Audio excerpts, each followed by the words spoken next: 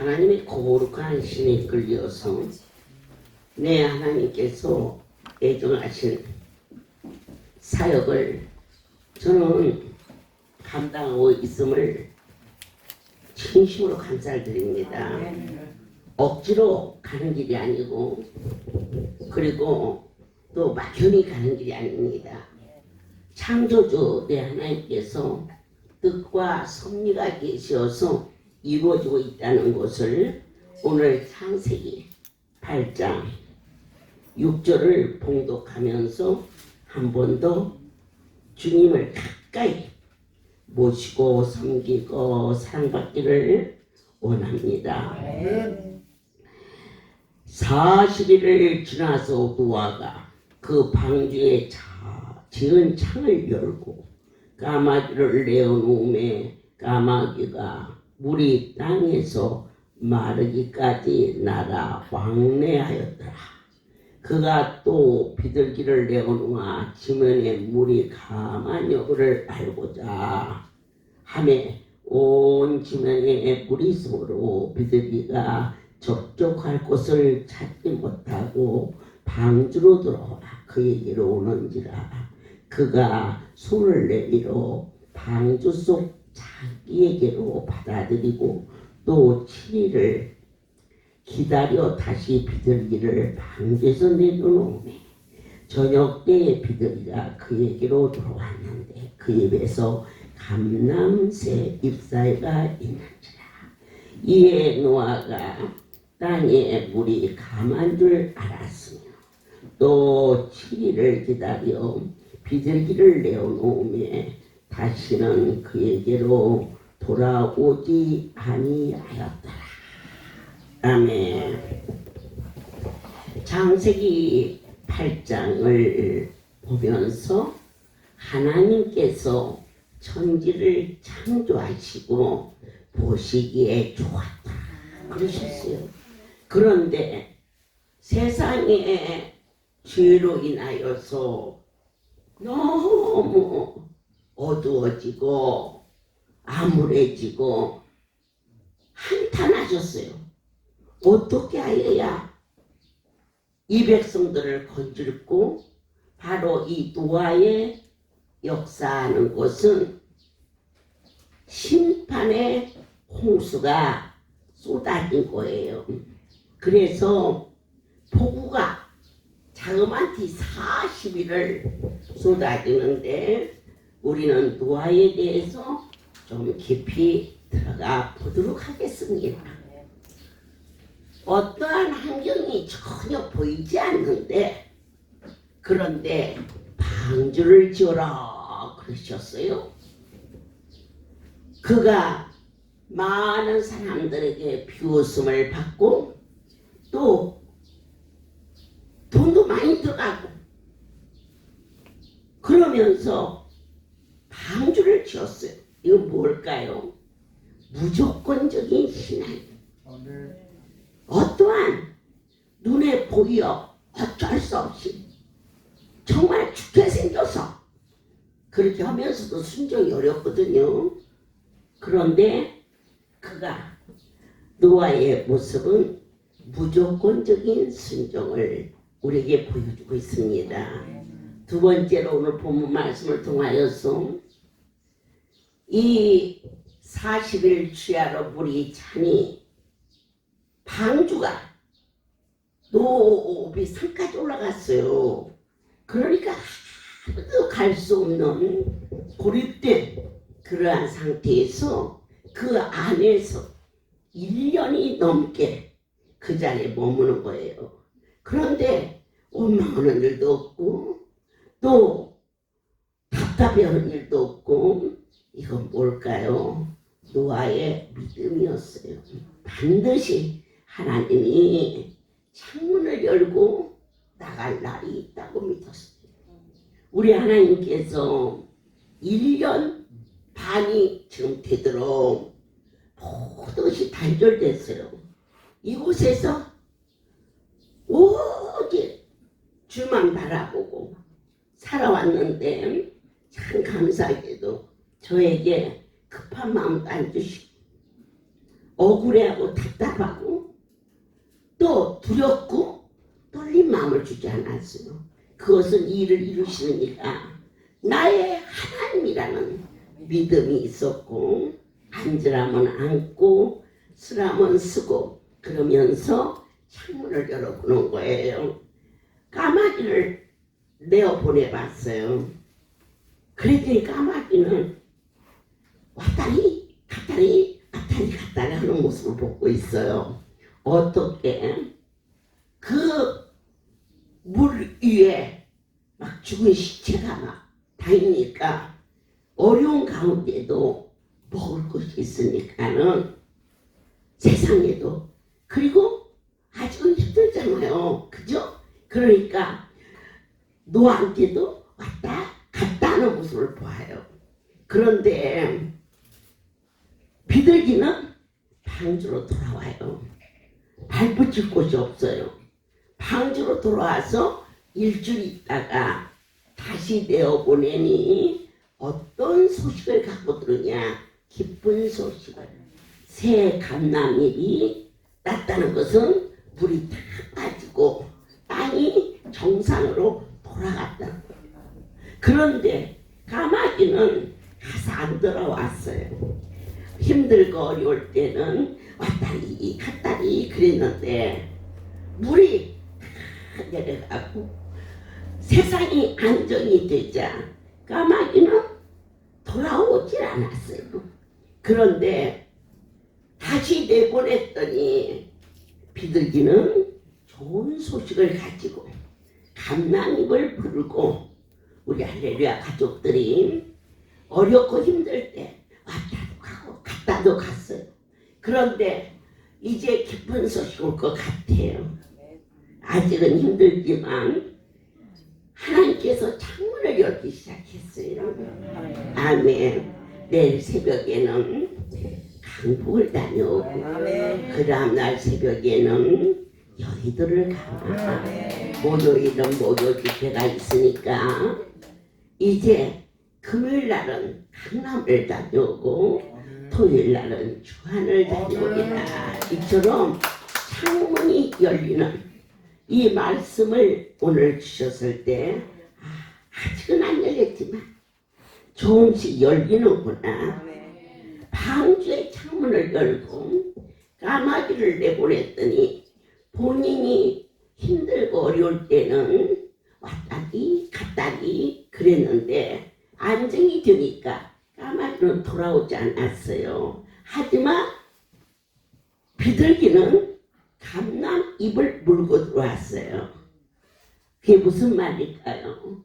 하나님 앞에 감사의 감람잎을 물고 전도의 잎사귀를 물고 오고 그리고 헌신하는 충성의 감람잎을 물고 아버지 집으로 돌아올 수 있는. 그런데 세상에서는 그렇게 말해요. 하나님의 은혜로 사업이 잘 일어나자 너무 바빠졌어. 우리가 바빠진 것을 감사하더라고요.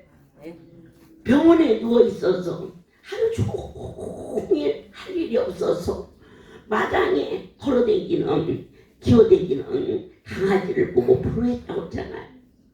그런 우리가 바빠졌어요.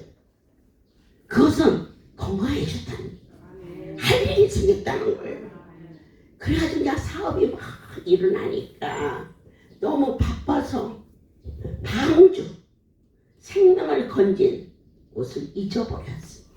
그런데 몸은 병들었어요. 사업은 망했어요. 살 길이 없어요. 그러자 그 아내가 이 아내가요 돕는 배필이에요. 여러분들이 결혼하실 때 기도하는 아내를 만나는 것은 큰 복이거든요. 그가 말했어요. 여보, 하나님 앞에 가서 남편이 그러더래요.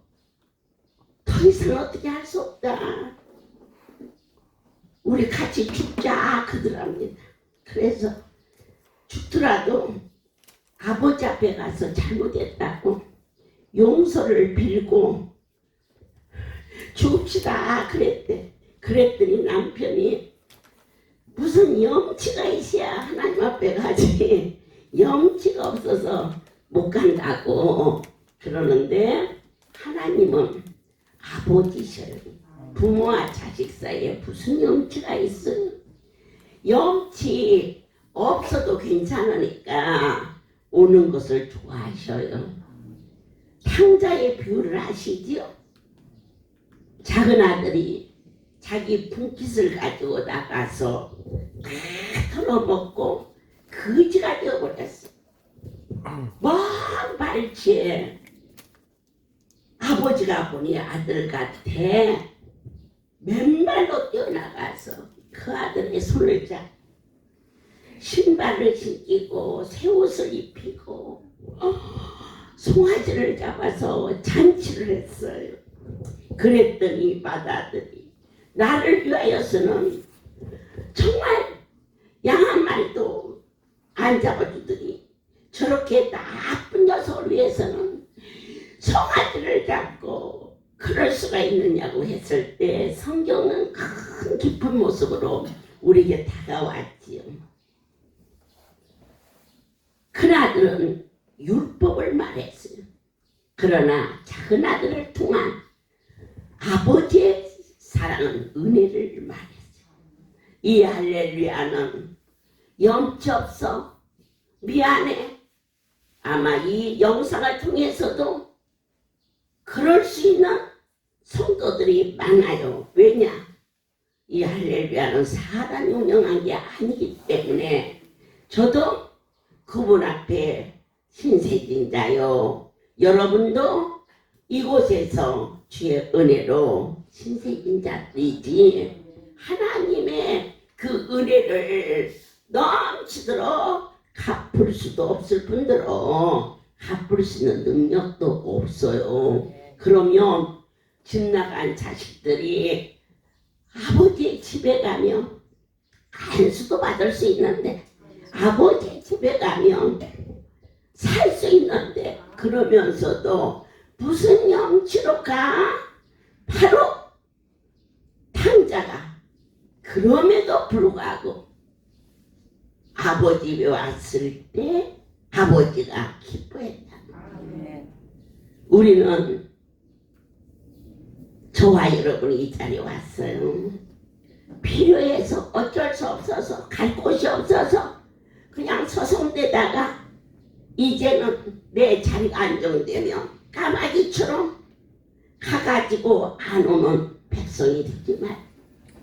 비둘기처럼 지쳐서 왔지만 일주로 나가보니 살만함에도 불구하고 은혜 받고 생명을 건진 방주에 새 감난잎을 물고 돌아올 수 있는, 천부야 어져서 병들어서 찾아왔던 이 자리에 고침받고 가정을 갖고 이젠 참 복 있는 자가 되었을 때 그 아름다운 소식을 가지고 내 하나님의 전을 찾을 수 있는 모든 할렐루야 백성이 되기를 예수 그리스도 이름으로 축복합니다. 아멘입니다. 받은 자 외에는 아무도 알 수가 없어요.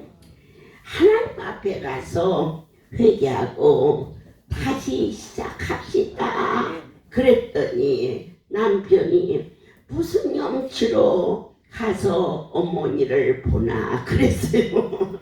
여러분, 나보기 뭐가 염치 없어요?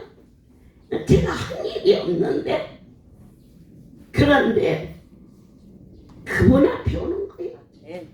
그래서 그 두 애가 많이 기뻤는데, 제가 그래서 여기 있는 동안에는 저 방을 가능한 밤에 안 비워요. 뭐 비워야 일도 없겠지만은. 그리고 누군가 2시 3시는 잠을 안 자고 있는 시간이니까 새벽 3시가 넘었는데 두뇌가 왔어요. 그러면서 방도 못 들어와. 누구냐? 누구네? 들어오라. 그랬더니 주승에서 못 들어간대. 내가 그렇게 저렇게 작은 방에서 살아도 주승에서 못 들어오는데 막 궁궐처럼 큰 사기고 살으면 아마 더 못 들어오지 않을까 싶어지는 마음 들더라고요. 그래서 여기 들어오는데 뭐가 죄송하냐? 그것도 들어오라. 그게 들어왔어요. 무릎을 꿇고는 죽을 죄를 졌다는 거예요. 죽을 죄를. 글쎄 무엇 때문에 죽을 죄를 졌어? 얘기를 해보나? 하나님의 집에서 죽을 병을 고침받고 나가서 열심히 돈을 벌었는데 친구에게 속아가지고 오고 다시 막 심장이 막 뒤집어져서 죽을 병이 걸렸는데 여기만 오면 될 건데 죄송하고 염치 없어서 올 수가 없었습니다. 머리에 손을 얹으며 나한테 온 게 아니구나. 하나님 앞에 온 거지. 무슨 놈은 내가 너희들한테 해준 게 있다고 염치가 없다니. 안 그러냐? 내가 고쳐줬으면 너가 무슨 병을 고쳐줬는지도 내가 모르겠니? 안 그러니? 그러나 여기까지 온 것도 네 힘으로 온 게 아니고 하나님이 은혜를 내려서 왔사오니 너에게 은혜가 있을지어다. 이렇게 해서 간절히 기도해갖고 보내는데 올 때는 죽을 상으로 왔는데 기도받고 돌아갈 때는 막 눈물이 글썽해가지고 막 기쁨으로 돌아가는 모습을 보면서 이 할렐루야가 얼마나 소중한 곳인가를 한 번 더 느낄 수가 있었습니다. 오늘 한 사랑하는 가정의 이야기를 하나님께 드려보도록 하겠습니다. 여러분도 그렇게 많이 지쳐있는지 여러분 잘 오셨습니다. 떠나지 마십시오. 저는 여의도 할렐루야 교회 김태숙 권사입니다. 부족하고 허물 많은 자를 이 귀한 자리에 세워주신 하나님께 모든 영광을 드립니다. 저는 대학 3학년 때 친구를 따라서 교회 수요 예배를 처음 나가게 되었습니다.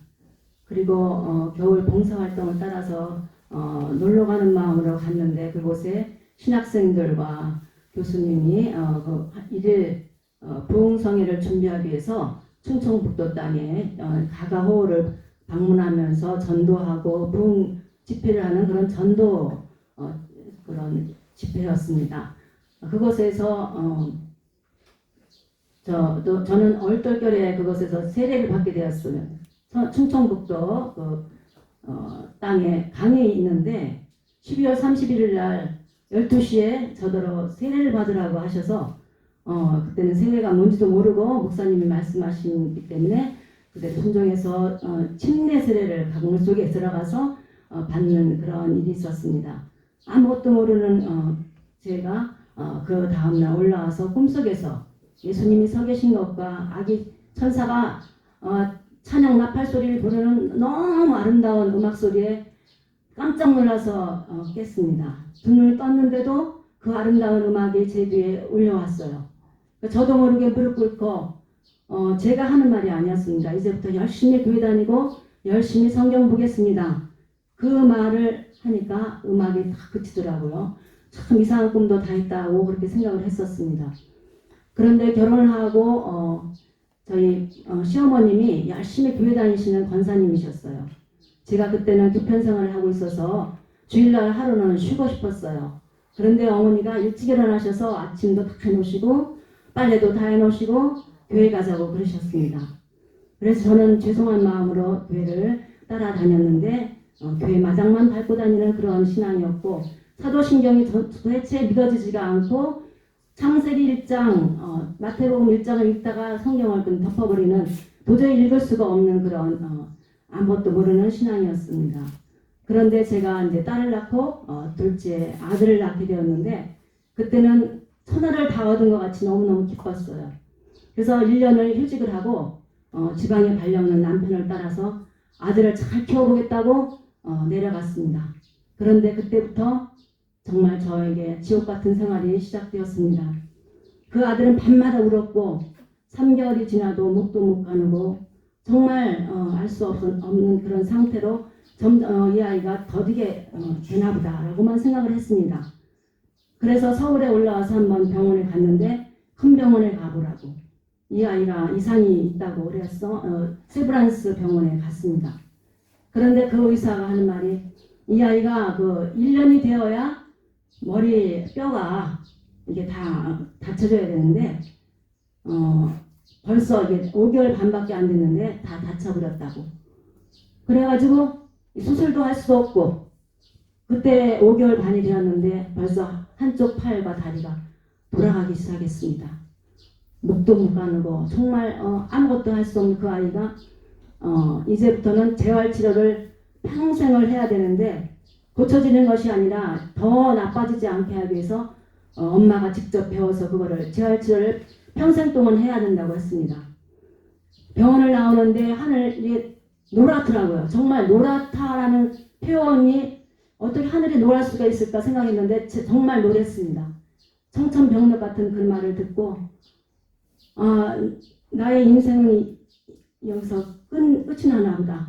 그런 너무 가슴이 무너지는 그런 마음을 안고 돌아와서 삼육재활원에 다니면서 저희 친정집에서 제가 그 재활치료를 배워서 그 아이에게 아침 저녁으로 30분씩 시작했습니다. 정말 저녁에 누우면 영원히 눈을 뜨지 말았으면 좋겠다. 그런 생각을 하고 살았습니다. 그런데 이제 학교에 복직할 날이 가까우고 시댁에 다시 돌아와서 있는데 구역식구가 찾아왔습니다. 그때서야 하나님 생각이 나더라고요. 그래서 목사님을 찾아가 상담을 했습니다. 그랬더니 새벽 예배를 나오라고 그러셔가지고 정말 하나님이 살아계시다면 우리 아들을 고쳐주세요 하는 마음으로 처음 85년도 1월 달에 온 식구가 손을 잡고 새벽 예배를 나갔습니다. 그동안에 다녔던 교회에서는 한 번도 찬양 소리나 말씀이 저 귀에 들어오질 않았었습니다. 그런데 그날 새벽에 주홍같이 붉은 죄에 흰눈같이 희게 되리라 찬송이 제 가슴속에 그리고 에스겔서 37장 그 말씀이 가슴에 꽂혔습니다. 말로 할 수 없는 이유도 없이 하염없이 눈물이 흘러내리면서 눈물과 콧물로 번복을 하면서 예배를 어떻게 드렸는지 알 수 없이 돌아오는 발걸음 속에서 제 마음 속에 깜깜한 불속 같은 속에 한 줄기 빗줄기가 쫙 비치는 것 같이 제 가슴이 뻥 뚫리는 것 같았고 그때서부터 죽을 것 같은 마음이 제 마음에 이제 살 것 같은 그런 소망이 생겼습니다. 100일 작정 새벽 기도를 다니기 시작했습니다. 물리치료하고 학교를 나가고 그렇게 생활하는 중에 정말 몸은 죽을 것 같은 그런 몸이었지만 마음속에서는 소망이 샘솟는 그런 나날이 계속되었습니다. 그래서 저는 이제 여름방학만 기다렸어요.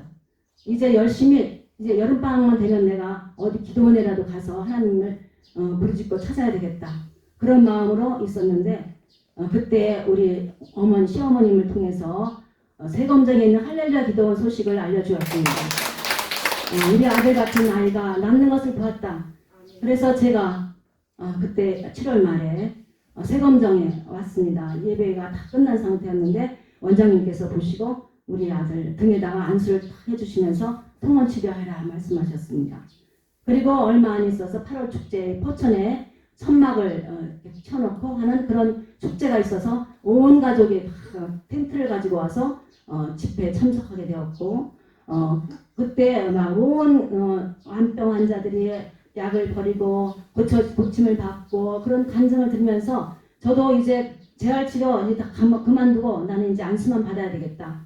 1년을 재활치료를 했지만 손가락 하나 까딱하지 않았습니다. 첫 번째 나타나는 반응이 손가락을 이렇게 움직여지는 그런 반응이 나타나야 된다고 했는데 1년을 해도 아무런 반응이 없었어요. 그래서 저는 그 재활치료 그만두고 이제 안수만 받기 시작해서 한 달이 되었는데 그 아이가 허리를 일으키고 앉는 거예요. 그래가지고 저는 너무너무 기뻐가지고 정말 이제 이제 하나님이 역사하시는구나. 난 이제 겨울방학만 기다릴 거야. 겨울방학만 되면 나는 가서 또 기도원에 가서 나는 하나님을 찾을 거야. 그러면서 겨울방학 12월 연말연시에 참석을 해서 우리 아들을 동생이 맡겨놓고 제가 그냥 징보따리 써들고 앞에 와서 이제 참석을 했습니다. 성경을 읽는 중에 세례 요한은 물로 세례를 주지만 예수께서는 불과 성령으로 세례를 주니라 그 말씀이 가슴에 확 와닿으면서 그때 이순태 전도사님이 막 성령을 받아야 된다고 강례상에서 그렇게 막 찬양을 부르는 소리를 듣고 기도 시간만 기다렸어요. 하나님, 저는 이제 침례 세례 받았습니다. 그렇지만 이제 성령 세례도 저도 받고 싶습니다.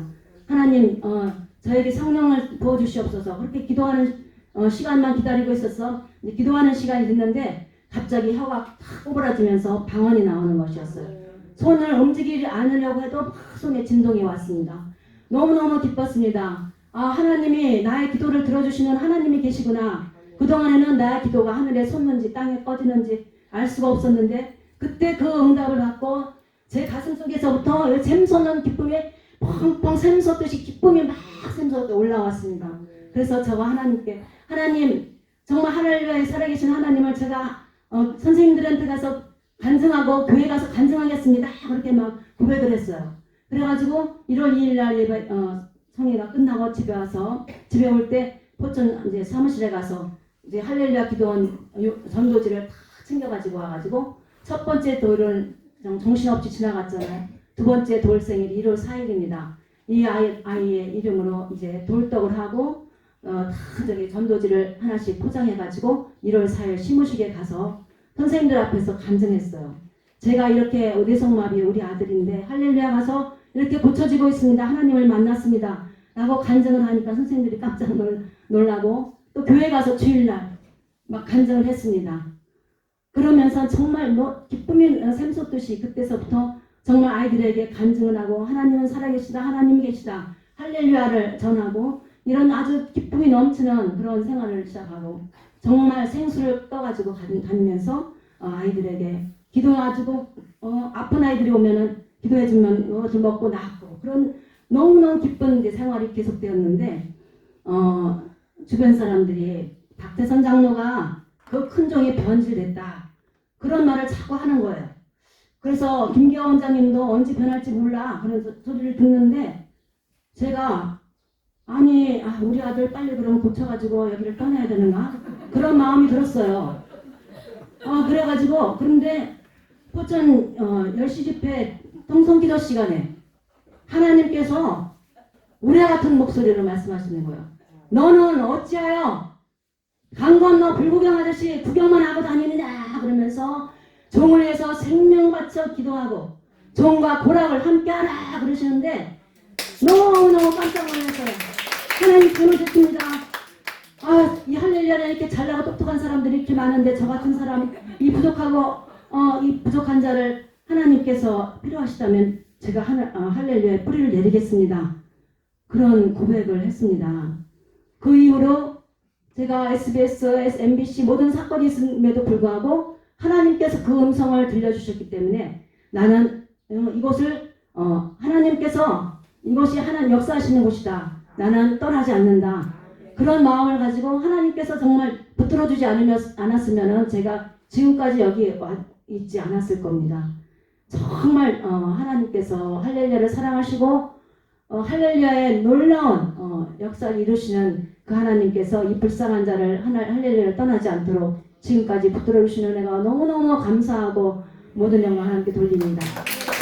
그래서 정말 그러면서 지교회가 생겼고 저를 또 지부장으로 세워주셨습니다.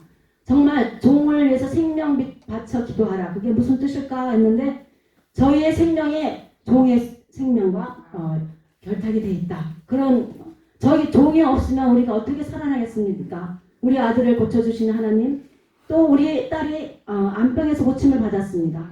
또 제가 무릎 연골 파열이 됐는데 안수받고 한 달 만에 연수를 따라 걸어 다녔습니다. 그리고 무릎 발등뼈 부러졌을 때도 한 번 안수에 걸어 다녔고 또 정말 제가 체험한 것이 말도 못하게 많이 있습니다. 그동안에 정말 그렇게 하나님께서 지켜주시고 많은 축복을 받았어요. 너무나 풍요하고 정말 축복 가운데 생활하는데 제가 또 그 생활이 습관적이 되고 예배가 안일하게 되고 기도가 쉬워지게 되고 감사가 끊어지는 그런 침체기에 들었을 때 하나님께서 물질을 다 걷어가셨어요. 그런 와중에도 하나님께서 저희 장모님의 직장을 지켜주셨는데 그때 당시에 우리 장모님이 사표를 써서 주머니에 넣고 다녔었어요. 너무 직장 생활 너무 힘들어가지고 나 이제 그만둬야 되겠다. 그런 말을 했을 때 그래도 원장님하고 상담을 하고 해야지 어떻게 마음대로 사표를 낼 수가 있냐고 근데 그렇게 얘기를 하고 있는 중이었는데 영빈관 예배에 제가 갔는데 끝나고 원장님이 갑자기 저를 급하게 부르셨어요. 그러시면서 저에게 말씀하시기를 내가 오늘 기차를 타고 오는데 하나님께서 정장로 직장을 위해서 기도하라 하시는데 무슨 일이 있느냐 그러시는 거예요. 그래서 그러지 않아도 지금 상담을 하려고 그러는데 지금 사표를 써가지고 다니고 있습니다. 그랬더니 깜짝 놀라시면서 안 된다. 사표를 쓰면 안 된다. 말씀이다. 그러시는 거예요. 아멘. 그리고 정말 기뻐서 이게 말씀이니까 사표 쓰면 안 된다고 합니다. 목요일에 갔는데 또 다시 말씀하시는 거예요. 사표를 쓰더라도 다음 나올 직장을 마련해 놓고 나오라. 또 아멘. 그리고 다음 나올 직장을 마련해 놓고 나오라 합니다. 그래가지고는 한 6개월 후에 명예퇴직을 하고 정말 직급도 직급 더 올라가고 그러면서 다음 직장을 준비하고 그렇게 나오면서 지금까지 한 번도 직장을 시험 본 일이 없이 하나님께서 직장에 축복을 주셨습니다. 정말 살아계신 하나님 그 사랑이 측량할 수 없이 정말 우리 할렐루야에 역사하시는 하나님은 너무너무 귀하고 우리 할렐루야 얼마나 사랑하시고 한 사람 한 사람을 불러서 이곳에 불러주셨는지 말로 할 수가 없습니다. 정말 이번 코로나를 통해서 영적으로 정말 말씀이 기도해가지고 저도 정말 공부했습니다. 말씀이 없으니까 다시 침체되는데 이거 믿지 않는 사람들은 이 우울증에 걸려가지고 자살할 수도 있겠다라는 그런 마음이 들 정도로 제 영혼이 칼급해지고 공고해졌었어요. 그러면서 또 제가 눈이 몇 년 전에 오른쪽 눈을 수술을 했는데 왼쪽 눈이 갑자기 시력이 떨어지면서 성경을 보는데 막 겹쳐서 보이고 휘어져 보이고 말씀 성경 보는 게 너무 힘들었어요. 그래서 병원에 갔더니 제가 또 망막이 오른쪽 눈도 망막이에 구멍이 나가지고 몇 년 전에 실명이 돼가지고 수술을 해서 겨우 이제 그래도 이게 시력은 좀 찾았는데 또 왼쪽 눈이 좋은 눈이거든요. 또 망막에 구멍이 났다는 거예요. 그래가지고 당장 수술을 해야 된다. 그래가지고는 이제 수술 날짜를 다 잡아놨었어요. 그런데 이제 이때 광야 만나 말씀이 시작이 되었거든요. 그때 그래서 만나 말씀을 써라. 그래가지고는 제가 이제 수술하기 전에라도 그거라도 이제 열심히 미리 써놔야 되겠다. 수술하면은 또 이거 다 쓰지 못할 수가 있으니까 열심히 쓰려고 이제 처음에 이제 시작하는데 굉장히 힘들었었어요. 그런데 써 나갈수록 저희가 막 회개형이 임하면서 막 기도형이 임하면서 쓰면서 막 회개하면서 눈물 흘리면서 기도가 나오며 막 감격하며 말씀의 은혜를 받는데 막 너무 감격이 돼가지고 이거 막 가슴이 떨리는 거예요. 그래서 막 다시 기쁨의 영이 임하면서 그때 막 처음 방언 받았을 때 가슴에서 막 뛰어왔던 그 샘솟는 기쁨이 솟으면서 이 말씀에 그냥 너무너무 제가 은혜를 받았습니다. 그러면서 나를 지금까지 나를 고쳐주시고 우리 아들과 딸 고쳐주시고 이렇게 하나님이 살아계시는 할렐루야에서 내가 왜 수술을 해야 되나 나면서부터 소경된 자 또 나사로 죽은 지 나흘 된 나사로 썩은 몸이 된 그 자도 하나님이 능히 살리시는 하나님이신데 내가 이제 나 의사의 손에 맡기지 않겠다. 정말 대의사이신 하나님께 맡기겠습니다 하는 마음으로 제가 수술을 하지 않겠다고 와서 어머니 옆에 안수받겠습니다. 그런 고백을 하게 하셨어요. 정말 내가 내가 세상의 의사에게 맡기지 않겠다. 이 살아 역사하시는 하나님이 능히 내 눈도 고쳐주시리라. 그런 마음이 들어서 정말 이 광야 말씀을 받으면서 제 영이 소송했습니다. 그래가지고 이제 지금까지 계속 안수를 받고 있는데 제 엊그제 토요일 날 아침에 제가 작은 성경을 못 봤어요. 그리고 성경도 글씨가 막 휘어지고 막 겹쳐서 봐가지고 성경책을 교회도 안 갖고 다니고 그냥 듣기만 했었거든요. 근데 토요일 날 아침에 성경책을 이렇게 보고 싶더라고요. 아침에 본 작은 성경책을 꺼내봤는데 글씨가 보이는 거예요. 할렐루야. 너무너무 감격해가지고 또 다른 병에 있는 거 다른 글씨도 봤어요. 그래 보이는 거예요. 그래가지고 저희 친정엄마 엄마 나 다 작은 글씨가 보여. 우리 친정엄마도 눈이 나빠가지고 잘 안 보이거든요. 엄마 지금 나랑 같이 포천에 가자. 지금 눈 안수 받으러 가자. 나 눈이 지금 작은 글씨가 다 보여. 우리. 그래 그러면서 우리 엄마도 가면 어떨길래 그래 가자 그러면서 막 따라 나서가지고 와서 그 눈 안수를 받고 정말 이렇게 너무 정말 하나님의 역사하시는 그것을 보게 되었습니다. 저희 친정엄마는 얼마 전에 지붕에서 떨어졌어요. 그래가지고 머리가 깨지는 것 같다 그러고 막 이런 데가 그래도 하나님의 은혜로 뇌출혈이 없고 뼈가 하나도 부러지지 않았어요. 89세 연세인데도. 그래가지고 막 안수를 붙이고 막 여기 선교 안수 바르고 막 생수 마시고 그러면서 그것이 통증이 다 사라지고 아주 깨끗하게 지금 막 걸어 다니고 계셔. 그리고 우리 친정엄마는 무릎 관절 아픈 것도 수술하지 않고 계속 능력 안수를 붙여가면서 지금까지 그 통증을 이기고 해서 걸어 다니고 계시거든요. 그러니까 능력 안수를 살아요. 저희 친정엄마도. 그래가지고 정말 살아 역사하시는 하나님 정말 얼마나 할렐루야가 귀하고 소중한지 이번 광야를 통해서 더욱더 제가 깨달았습니다. 제가 처음에 정말 하나님을 모르고 중구를 통해서 하나님 만났을 때 제 2의 인생을 살았거든요. 제가 나는 도대체 무엇을 위해서 사는가 그렇게 생각을 했을 때 정말 하나님이 계신지 몰랐을 때는 방황하는 삶을 살았어요. 허무하게 무슨 내가 태평양 가운데 무슨 쪽배가 떠나가듯이 나는 어디를 향해서 가는지를 몰랐거든요. 그렇게 생각을 했었는데 하나님을 만나고 야 살아 역사하신 하나님이 계시구나. 나를 이 땅에 태어나게 하신 하나님 그리고 하나님의 영광을 위해서 살아야 될 목적이 분명히 할렐루야를 통해서 알게 되었고 그래서 제2의 인생이 시작되었는데 요번에 광야 만나를 통해서는 제 3의 인생이 다시 시작되는 것 같아요. 다시 정말 다시 제 속사람 정말 낮아져서 정말 물질을 걷어가시면서 하나님은 저에게 낮아지는 연습 훈련을 시키셨어요.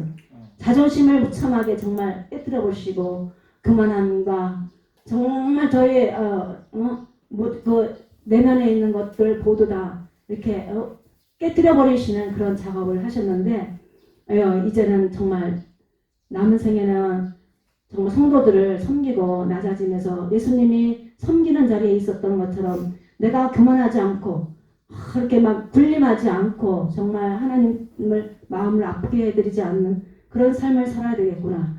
그런 마음을 가지게 되었고 할렐루야가 얼마나 귀하고 소중한지 이 땅에 할렐루야를 세우시는 하나님이 얼마나 감사한지요. 정말 이 유튜브를 통해서 북한 땅에도 정말 통해서 들어갈 것 같아요. 그 땅에 복음이 들어가서 정말 복음으로 하나가 되는 이 나라가 통일되는 날이 속히 오기를 정말 간절히 소망합니다.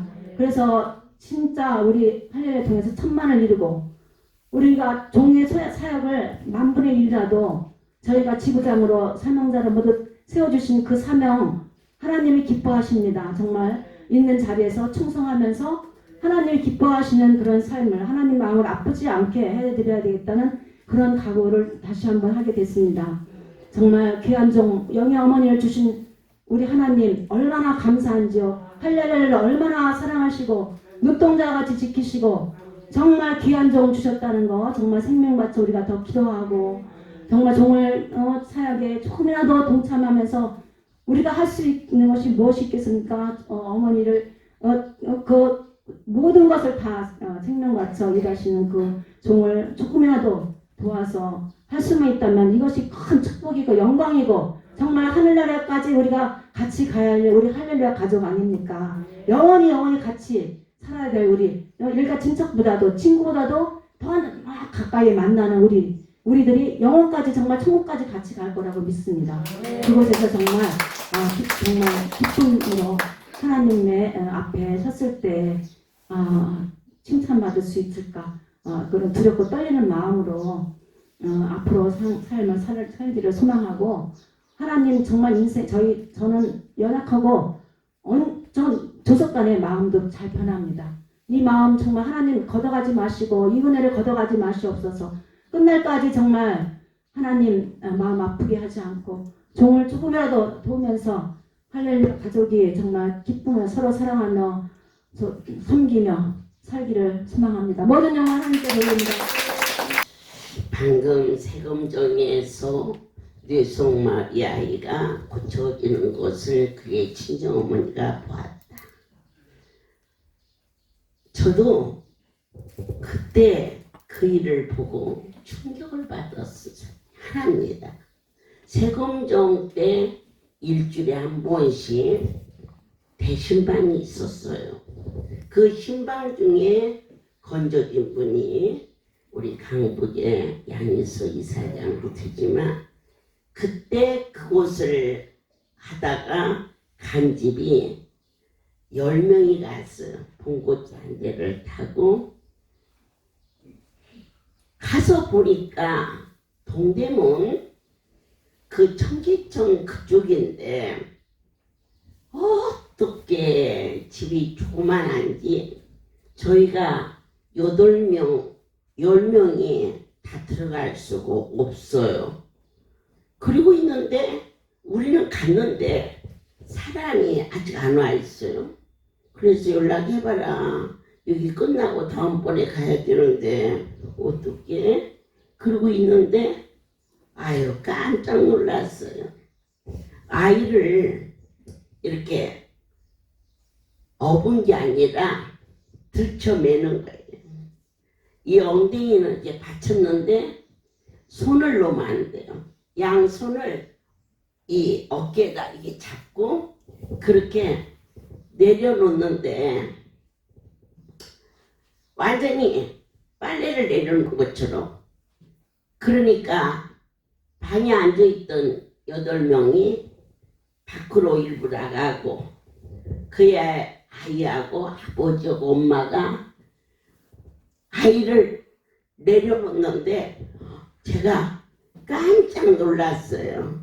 아유 이렇게 많이 아픈 애도 있었나? 이제 제비를 뽑아서 갔기 때문에 신방을 한다 그러면은 그들 내가 새벽마다 그 어린 것을 들쳐매고는 교회에 가서 우리 집에 신방 오게 해달라고 그렇게 준비 기도를 했는데 딱 한 달째 되는 날 그 집에 전화가 걸려왔어요. 그래가지고는 그 애기까지 엄마 아빠가 목욕을 하고 그 동대문에서 순댓국 장사를 하는데 그날은 순댓국도 안 하고 그리고는 그 신방을 오기를 기다려서 애를 데리고 목욕탕에 가서 목욕을 시키고 시간 맞춰서 온다는데 우리가 좀 일찍 들어갔어요. 그 집에. 그래서 애를 이렇게 내려놓는데 그냥 빨래를 이렇게 계속 놓는 그런 기분이에요. 그때 제가 이 가정에 복을 내려주세요. 그 기도했으면 괜찮은데 이 아이가 걸으라 그러네. 아이고 큰일 났대. 걸기는 뭘 걸어. 그냥 퍽이 엎어져 있지.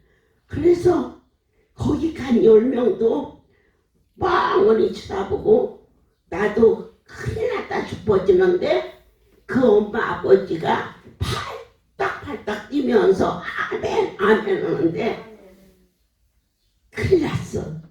그래서 그때도 중무장이 따라갔었어요. 가서 보니까 집이 너무 가난해. 이렇게 열어보니까 연탄도 몇 장 없고 또 이렇게 쌀독을 열어보니까 쌀도 얼마 없고 찬장을 열어보니까 그냥 다 캄캄해. 그래서 제가 여기 신방 마치고 가면서 쌀하고 연탄하고 그러다 넣어주고 가자. 그게 얘기를 했단 말이에요. 아, 그런데 그 애가 갖다가 내려놓는데 이 아이가 일어나리라 그런 애야. 나 내 정신으로는 정신 차리면 일 못해요. 내 정신 없이 일 시키지.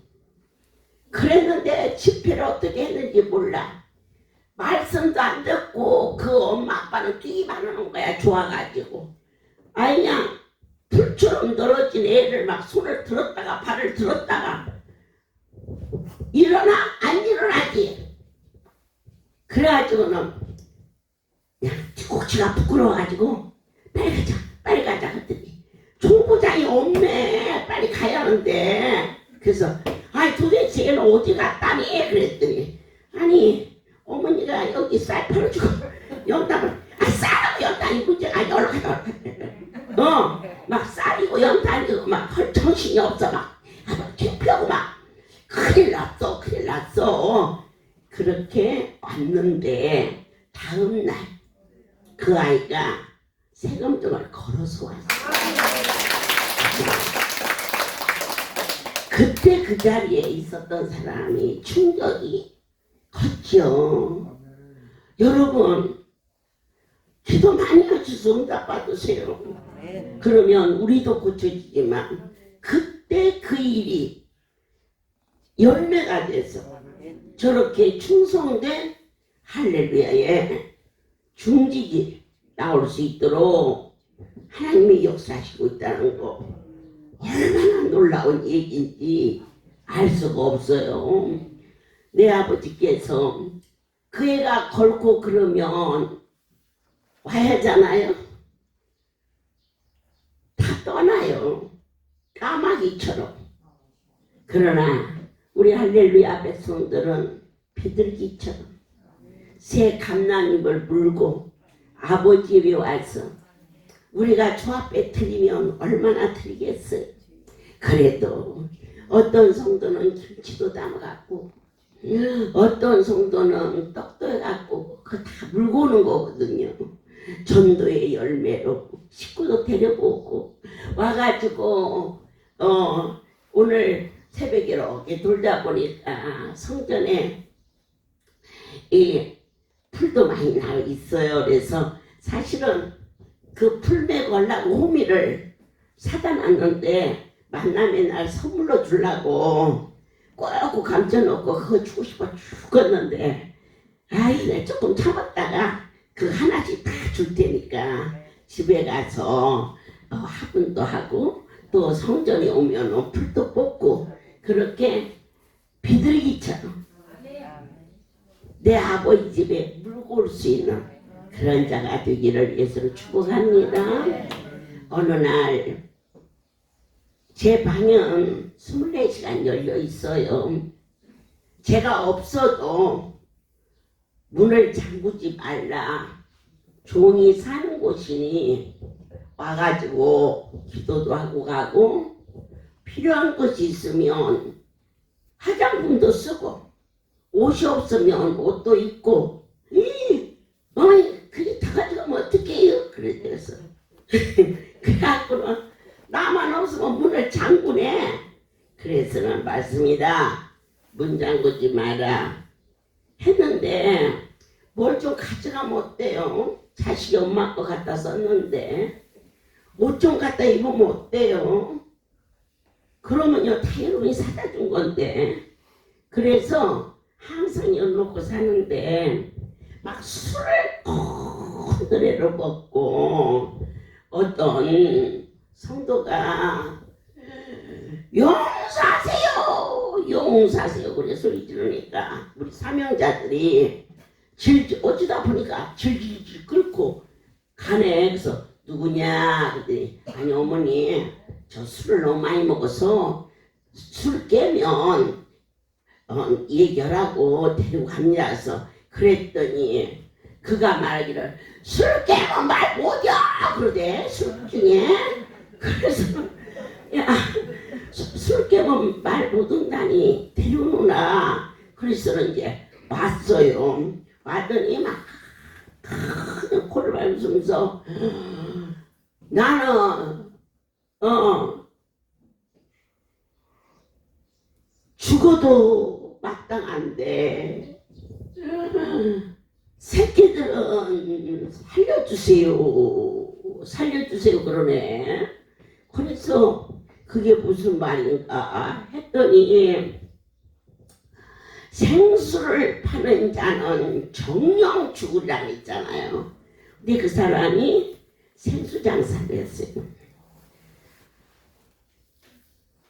트럭 하나를 사가지고 이곳에서 그때는 딸마다 생수를 무한대로 공급했을 때가 있었어요. 지금은 여러분들이 목요일날 오셔서 떠날 수 있도록 이렇게 했지만 그때는 24시간 열어놓고 아무 때나 와서 떠서 그 동네에 생수를 이렇게 공급하고 생수를 파는 게 정령 죽으라 그 말을 보고 웃었대요. 뭘 죽니 나는 차 그렇게 많이 싣고 다니게도 차가 이 빵꾸도 안 나는데.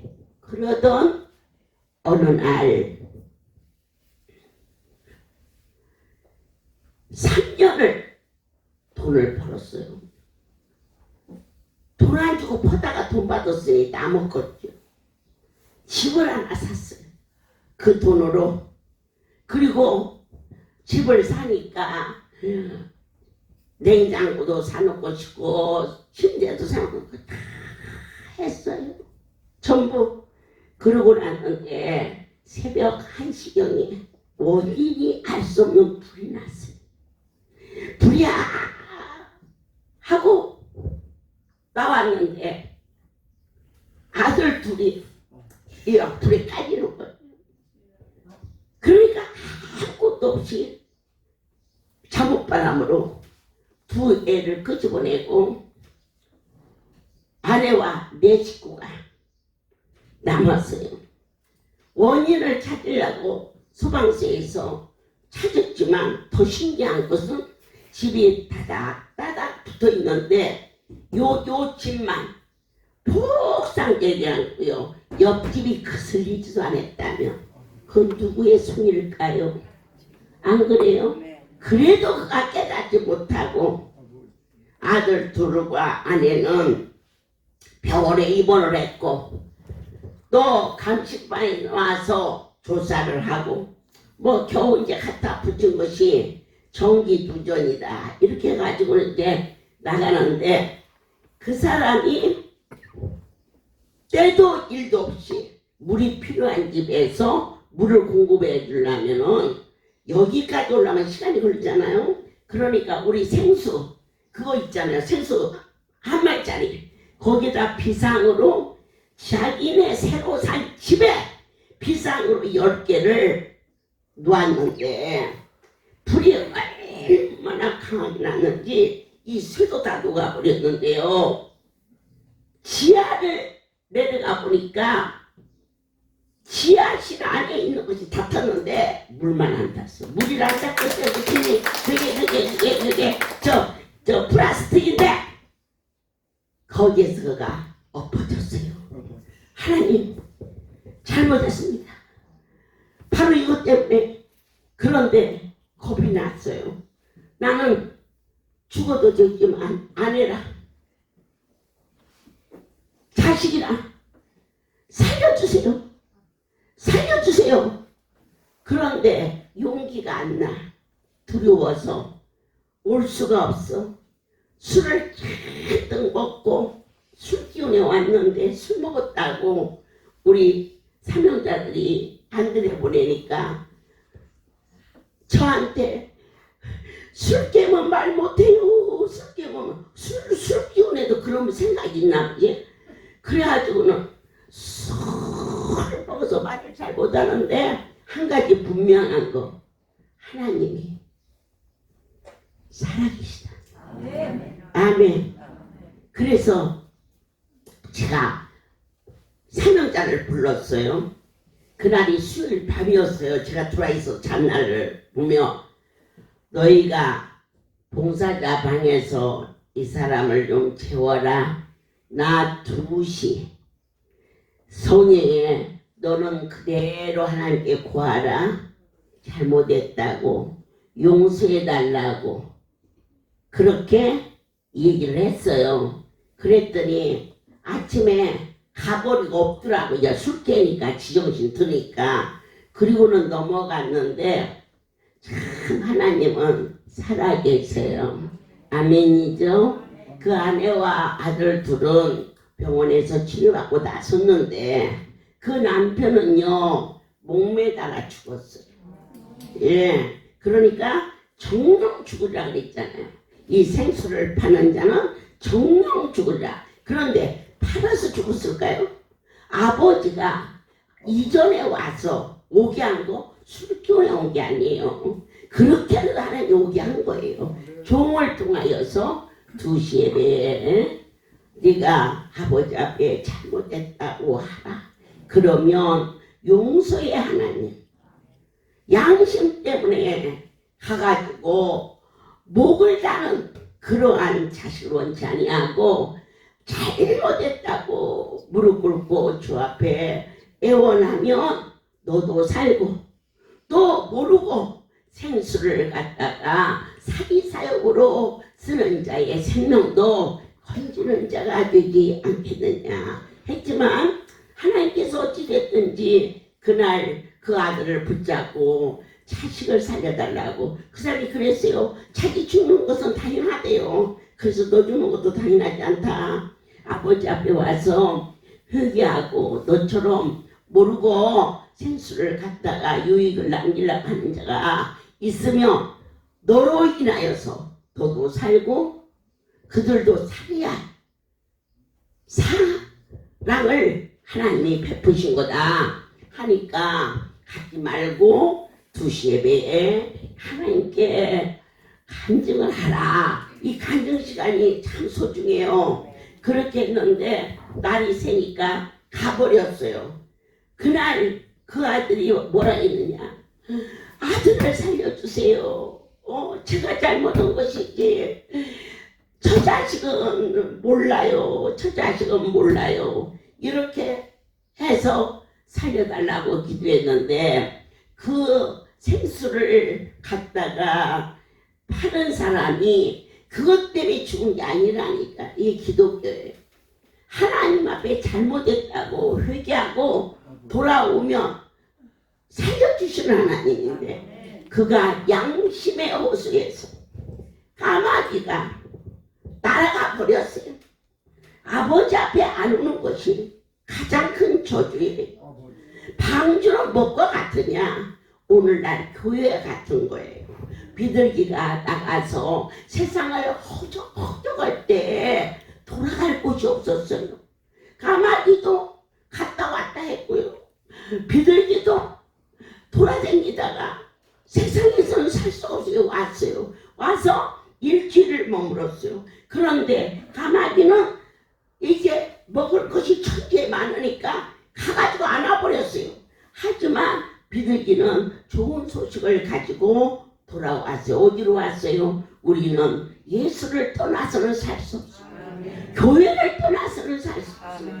사랑하는 여러분들이 교회 안으로 들어가서 교회를 위하여 충성할 것을 다시 한번 성령의 소리를 들을 수 있는 여러분이 되기를 예수의 이름으로 축복합니다.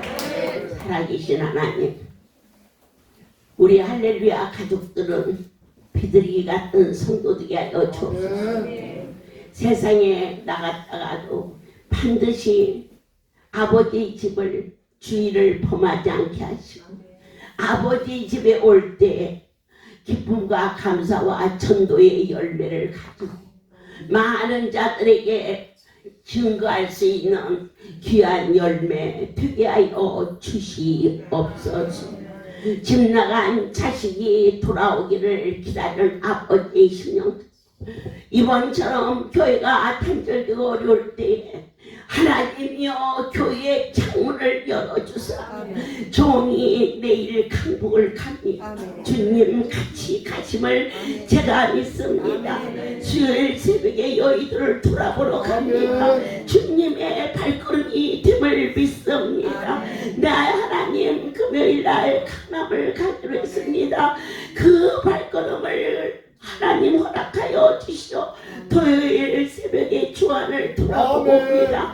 네 하나님 그러면서도 이 자리에 혹여 오는 사실들이 있을까봐 종을 이곳에 있게 하심 또한 감사합니다. 부족함이 없도록 허락하여 주시옵소서. 이제는 우리 주 예수 그리스도의 은혜와 하나님 아버지의 크고 놀라우신 사랑하심과 성령의 교통 역사 운행하심이 지금부터 영원토록 이들 위해 함께 있을지어다. 아멘. 할렐루야.